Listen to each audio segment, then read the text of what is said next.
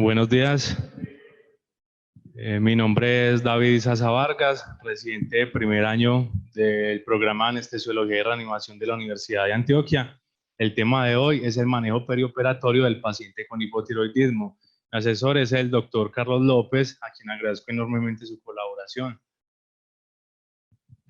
El contenido de la charla, entonces, lo vamos a dividir en 5 partes. Vamos a iniciar hablando de las generalidades del tema, de por qué es importante, el diagnóstico, el manejo perioperatorio exactamente de los pacientes y, para finalizar, algunas conclusiones. Entonces, en las generalidades del hipotiroidismo, vamos a definir primero qué es.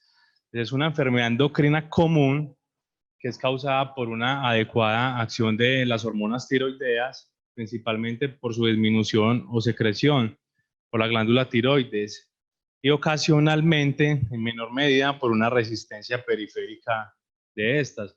Lo podemos dividir de 2 formas grandes. Una sería primario, que consiste en la disfunción de la glándula tiroides, que es el 99% de los casos, y central, que sería el 1%, que puede ser secundario o terciario, dependiendo si hay alteración en el hipotálamo o en la hipófisis.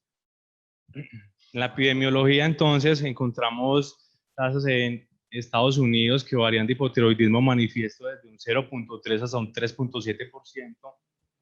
En Europa, desde el 0.2 hasta un 5.3%, y encontramos que es más frecuente en mujeres y en personas de edad avanzada. Respecto al hipotiroidismo subclínico, hay reportes desde un 4.3 hasta un 8.5% en Estados Unidos. Hablando de Latinoamérica, entonces hay cifras más altas reportadas de hipotiroidismo que van hasta un 10% de prevalencia. Y en el caso del hipotiroidismo subclínico hasta un 11.8%. En Colombia hay muy pocos estudios que nos hablen de la prevalencia del hipotiroidismo, pero se estima que hay más de 5 millones de personas con esta enfermedad. Y hay un estudio que se hizo en Armenia, Quindío, en el que encontraron una frecuencia del hipotiroidismo hasta un 18.5%. Esto fue tomado en muestras en el 2009 y 2010, publicado en el 2011. Fueron 435 pacientes, de los cuales solamente 4 eran hombres, el resto eran mujeres. El promedio de edad fue de 52 años. Todos los pacientes eran mayores de 35 años. Entonces, comparamos la prevalencia de Colombia, es del 18.5%, contra la de Estados Unidos, que reportaba un 3.5% en promedio. ¿Qué factores de riesgo hay? Encontramos entonces que al tener antecedentes familiares de enfermedad tiroidea, otras enfermedades autoinmunes como diabetes 1, como lupus eritematoso sistémico, artritis reumatoidea, ser mujer, tener más de 60 años, la presencia de bocio o de anticuerpos antitiroideos.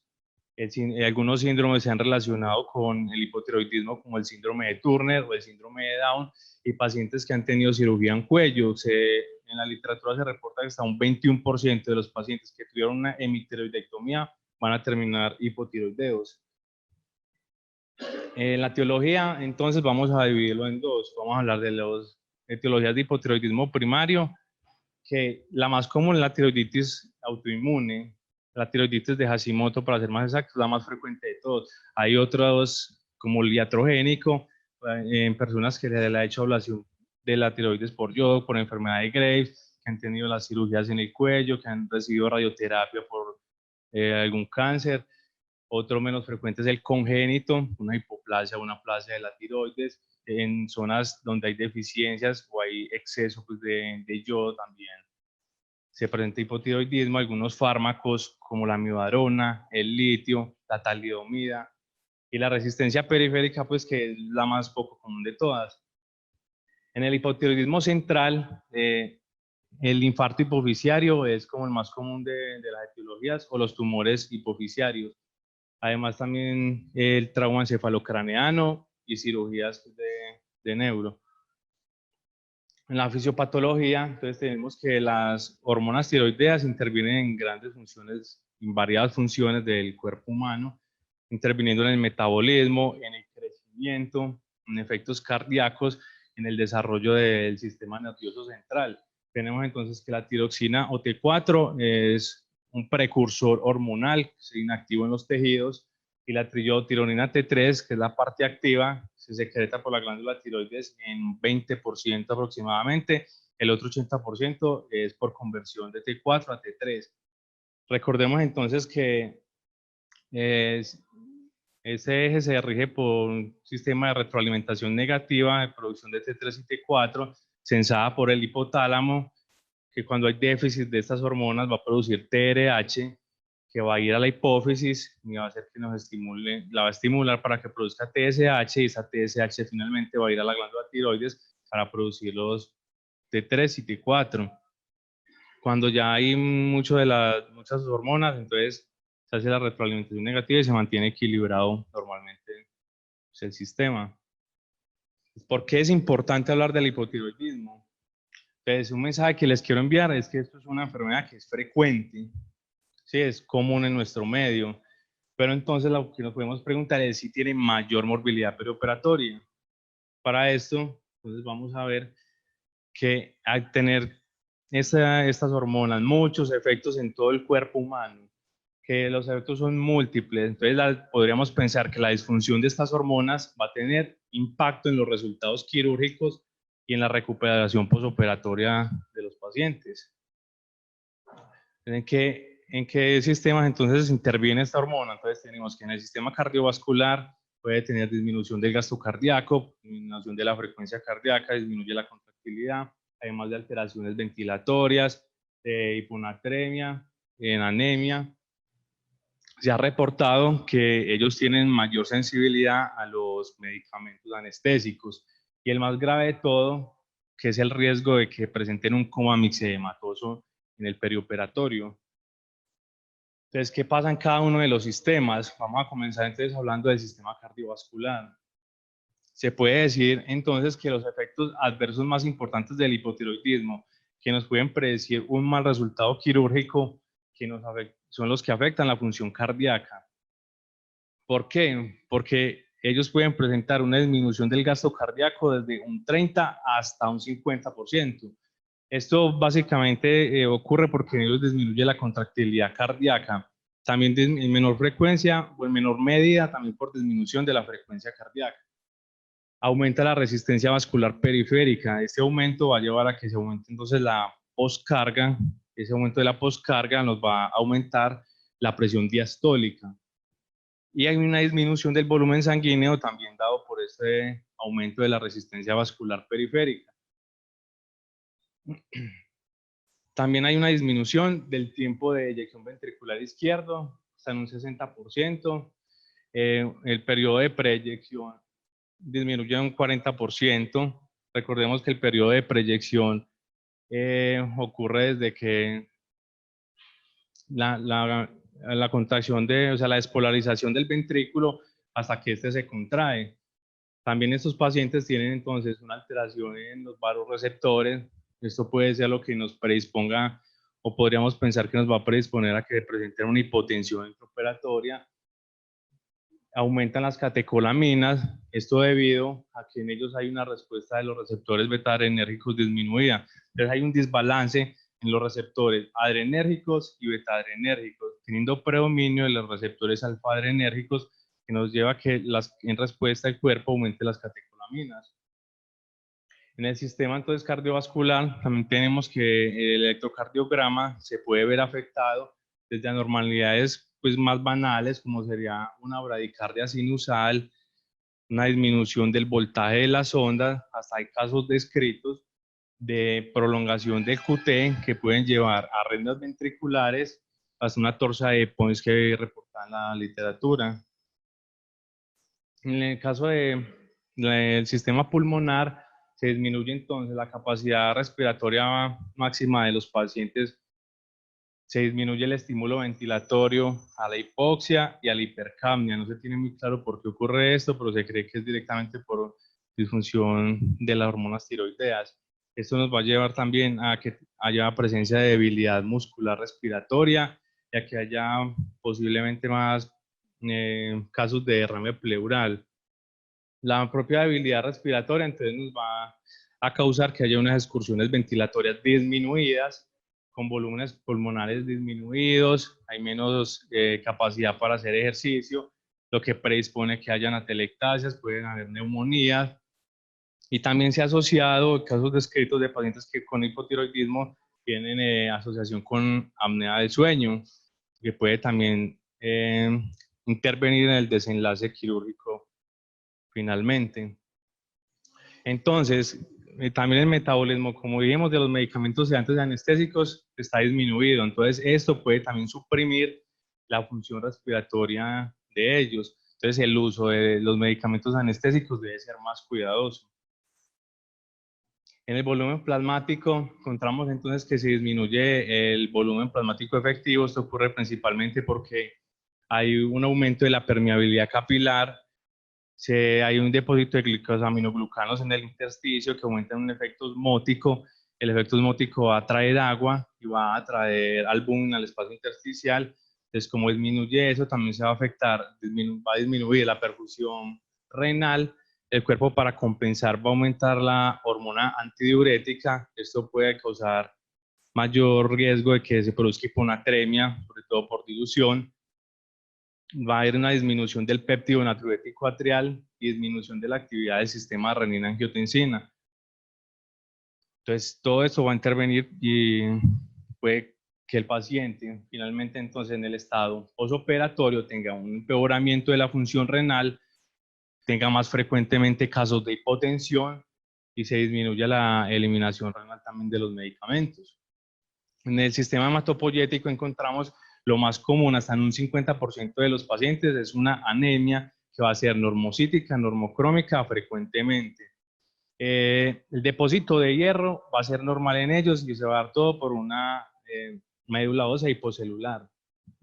Pero también debemos tener en cuenta que hay casos de hipotiroidismo autoinmune que pueden estar asociados con una anemia perniciosa, con déficit de vitamina B12, por lo que entonces vamos a encontrar macrocitosis en vez de microcitosis. Entonces, en la línea blanca no se ha detectado hasta ahora ningún efecto significativo en esta población. También tienen mayor diátesis hemorrágica, esto dado por una disminución principalmente del factor 8 de la coagulación, que nos va a producir un tiempo de parcial de tromboplastina prolongado. Se ha descrito también casos de enfermedad de von Willebrand adquirida, que suele mejorar con el tratamiento con levotiroxina. Entonces, en contrario, hay otros factores de la coagulación que se prolongan, como el 12, el 7 y el 10. En estos casos, entonces, la importancia clínica es que los pacientes que van a estar anticoagulados con warfarina va a ser más difícil, va a tomar más tiempo anticoagularlo. Se ha descrito que hay veces necesario hacer una terapia con heparina muy prolongada hasta que la warfarina tenga efecto clínico, o pacientes que necesitan hasta 3 veces la dosis normal de lo que necesita un paciente eutiroideo normalmente para estar anticoagulado. En el sistema gastrointestinal, esos pacientes van a tener un vaciamiento gástrico lento, disminución del peristaltismo, por lo que hay que estar pendientes de un hileo adinámico en el posoperatorio y que se puede ver empeorado por el uso de los opioides. En el diagnóstico, entonces el diagnóstico del hipotiroidismo, entonces ¿en qué pacientes vamos a sospechar hipotiroidismo? Vamos a sospechar entonces en pacientes que se quejen de debilidad, de deterioro de la memoria, estreñimiento, que tengan mujeres que consulten por trastornos menstruales, bradicardia, pacientes con bocio, con edema periorbital, que tienen aumento de peso, que tienen laboratorio hipercolesterolemia o anemia, hiperprolactinemia o hiponatremia, que usan medicamentos como el litio, como la amibarona o la talidomida. También otros pacientes que han sido sometidos a cirugía de cuello, que han tenido radioterapia o que por enfermedad de Graves pues también les han hecho ablación con yodo. Pacientes con el síndrome de Down o síndrome de Turner, o trastornos hipotalámicos o hipofisiarios. Entonces, en el diagnóstico, como vemos, la clínica suele ser muy poco específica, por lo tanto nos vamos a basar en pruebas de laboratorio para hacer el diagnóstico. Las guías recomiendan que la prueba inicial es la TSH. Si la concentración de la TSH nos da elevada, recomiendan repetirla y en este caso así solicitar la T4 libre. Entonces, en el caso del hipotiroidismo primario, va a haber un aumento de la TSH con una disminución de la T4 libre. En el caso de que sea subclínico, entonces la TSH va a estar aumentada, pero la T4 va a estar en valores normales. En el caso central vamos a encontrar disminuida tanto la TSH como la T4. Vemos que con el tiempo la TSH suele ir aumentando, las hormonas tiroideas van disminuyendo en el caso del hipotiroidismo primario, y en el caso del hipotiroidismo central, entonces encontramos que todas las líneas de hormonas van a ir disminuyendo, en el caso severo van a estar ya todas muy disminuidas. Entonces, es necesario pedirle a todos los pacientes o a qué paciente es necesario solicitarles la TSH en el perioperatorio. Vamos entonces a ver que no se recomienda solicitar la TSH en pacientes que no tienen antecedentes de disfunción de la glándula tiroides. Se debe solicitar si la historia clínica y el examen físico sugieren que haya una enfermedad de la tiroides. En este caso sí se debe solicitar. ¿Qué hacer en los pacientes entonces que tienen ya un hipotiroidismo diagnosticado? Pues lo ideal es que ellos lleguen con una TSH estable en las últimas 6 a 12 semanas, y pacientes que ya tienen más de 6 meses con una TSH estable tomando la misma dosis del medicamento, no es necesario tampoco solicitar la TSH en el preoperatorio. Respecto al manejo perioperatorio, entonces vamos a hacer primero la evaluación preoperatoria del paciente. Vamos a indagar por la presencia de síntomas asociados como los que vimos anteriormente, más comorbilidades asociadas como cardiopatías, otros trastornos endocrinos. Vamos también a documentar en los pacientes que ya tienen el diagnóstico el régimen de medicación, la dosis, si son juiciosos, lo están tomando pues todos los días. También vamos a hacer la evaluación de la vía aérea, vamos a indagar en los pacientes si han presentado dificultad respiratoria, pues que hayan empeorado, si tienen estridor, cambios en la voz, si tienen edema, si notan hinchados. También vamos a evaluar si hay presencia de bocio. Si encontramos bocio, entonces sospechamos que hay extensión retroesternal. Las guías recomiendan, en vez de una radiografía de tórax, solicitar una resonancia magnética o una tomografía. Eso para ver si ya está afectada entonces la tráquea y si hay estenosis traqueal. Respecto a la premedicación de los pacientes con hipotiroidismo, entonces vamos a tratar de minimizar la sedación al mínimo, por lo que ya hemos hablado de que pueden tener disminución del metabolismo de los medicamentos. El hipotiroidismo, entonces los pacientes con hipotiroidismo ya que toman el medicamento, pueden tomar o pueden omitir la dosis de la levotiroxina, la dosis en esa mañana pues, de la cirugía. Esto debido a que la levotiroxina tiene una vida media de una semana aproximadamente, entonces no habría problema. Ya si se considera que el paciente no puede iniciar la vía oral en los próximos 5 o 7 días, la guía recomienda que se inicie levotiroxina intravenosa a una dosis del 60 al 80%, comúnmente se usa el 80% de la dosis que el paciente venía tomando oral. También evaluar el estado de hidratación e iniciar líquidos endovenosos si es necesario. Entonces, ¿qué pacientes se pueden llevar a cirugía? Tenemos entonces que el objetivo del manejo de estos pacientes es llevarlos, el estado ideal sería llevarlos en un estado eutiroideo. Pero entonces vamos a ver algunos estudios que se han hecho que nos muestran qué les puede pasar a estos pacientes o si se pueden llevar. Este es un estudio retrospectivo de 59 pacientes con hipotiroidismo, la mayoría leve, versus 59 pacientes eutiroideos. Encontraron entonces que en ellos era que en 9 pacientes versus 4 de los que tenían hipotiroidismo, la intubación posoperatoria era más prolongada. Las alteraciones hidroelectrolíticas, 3 versus 1, tenían alteraciones, y complicaciones hemorrágicas, 4 del grupo con hipotiroidismo y ninguno de los pacientes eutiroideos. Como vemos, es una muestra muy pequeña, es un estudio pues, que es observacional, no es concluyente, no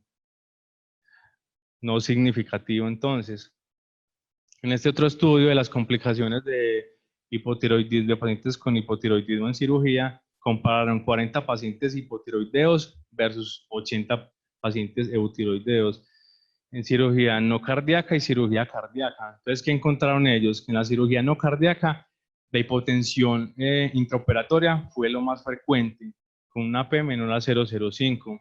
En la cirugía cardíaca, la insuficiencia cardíaca en este grupo del hipotiroidismo fue más frecuente, también con una P menor a 0,05. Y también en esos pacientes había mayor tasa de complicaciones gastrointestinales, hablaban ellos de mayor frecuencia de hileo, con una P menor a 0,02 y alteraciones neuropsiquiátricas con una P menor a 0,02, sobre todo de confusión y delirio. Este otro estudio del 2009, entonces era una cirugía de bypass de la arteria coronaria, lo que hicieron ellos fue los pacientes con hipotiroidismo subclínico versus pacientes eutiroideos. Total de pacientes era 281, pero solamente 15 eran los pacientes con hipotiroidismo. Ellos que no encontraron diferencias ni en desenlace de muerte, ni en desenlaces pues, de infarto, ni hemorragias, todo fue muy similar, excepto que en los pacientes con hipotiroidismo subclínico la tasa de fibrilación auricular posoperatoria fue mayor, con un OR de 2.5 y el intervalo de confianza de 1.1 a 5.8 y una P de 0,026. Este otro estudio, el estudio de Rotterdam, ellos lo que querían era mirar si el hipotiroidismo subclínico y la autoinmunidad de la glándula tiroides estaba asociado con el infarto de miocardio o con la aterosclerosis en mujeres posmenopáusicas. Entonces tenían una muestra de 1.149 mujeres con una edad media de 69 años. Encontraron entonces que en el hipotiroidismo subclínico había mayor prevalencia de aterosclerosis aórtica, esto con un OR de 1.7 y de infarto al miocardio con un OR de 2.3. Y también cuando este hipotiroidismo se asociaba a la presencia de anticuerpos peroxidas a tiroideos, aumentaba entonces el OR 1.9 y el OR a 3.1 por infarto de miocardio. La conclusión de ellos fue que el hipotiroidismo subclínico era un fuerte indicador para aterosclerosis e infarto de miocardio en mujeres en edad avanzada. ¿Por qué traigo este estudio? Porque entonces uno podría a veces cuidarse un poquito más y mirar mujeres de edad avanzada hipotiroideas que fueron llevadas a cirugía para vigilarlas un poquito más.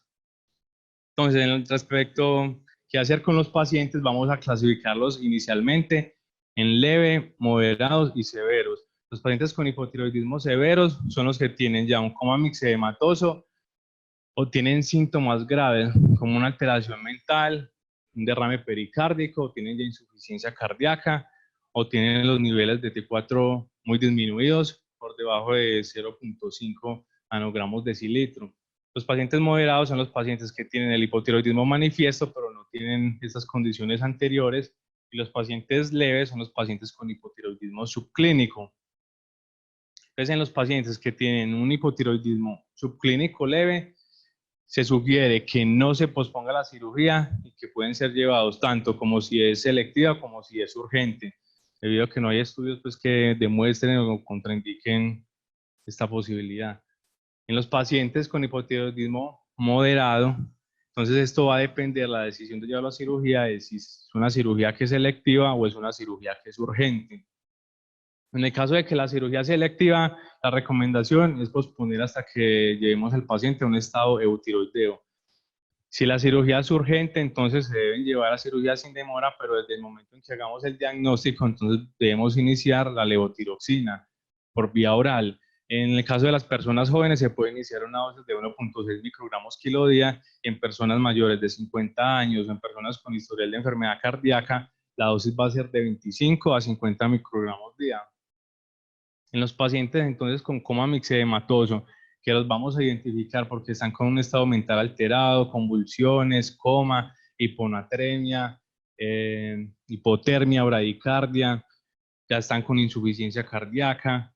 Entonces esos pacientes, los pacientes con hipotiroidismo severo también los vamos a clasificar si la cirugía es selectiva o si la cirugía es urgente. En el caso de electiva, obviamente vamos a esperar a que el paciente esté eutiroideo para llevarlo.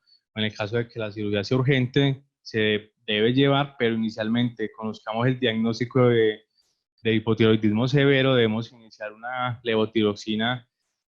Lo ideal sería usar la intravenosa, una dosis de carga de 200 a 300 microgramos y heliotironina intravenosa.